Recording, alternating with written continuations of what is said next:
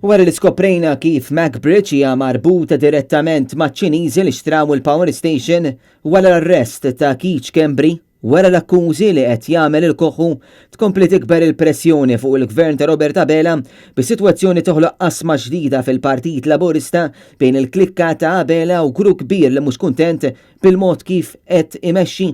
Esponent Laburista li ħarġet pubblikament kritika l-mod kif qed isiru l-affarijiet kienet l-eks membru parlamentari Laburista Marija Camilleri, indikazzjoni ċara li dawn l-aħħar żviluppi qed jurtaw il-lat ta' partitarji Laburista.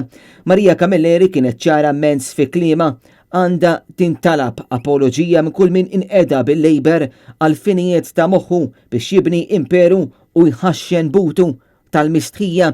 Fit-tmiem il-ġimgħa anke il-President Emeritu Mary Louise Colero Preca appellat il-Labor jagħmel din l-apoloġija permezz ta' artiklu miktub minna stess għal Gazzetta Malta Today fejn insistiet li l-partit li kienet tagħmel parti minnu għandu jiskuża ruħu mhux biss mal-partitarji tiegħu iżda wisq aktar mal-pajjiż.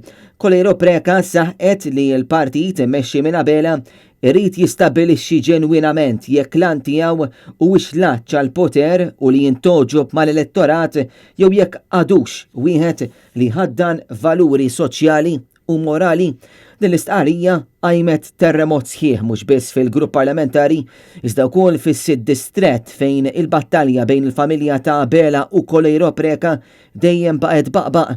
Mary Louise Colero Preca qalet li l-gvern ta' Robert Abela fadallu aktar xogħol x'jagħmel biex jiżgura li pajjiżna ikun immexxi minn prinċipji sodi ta' governanza tajba, trasparenza u kontabilità.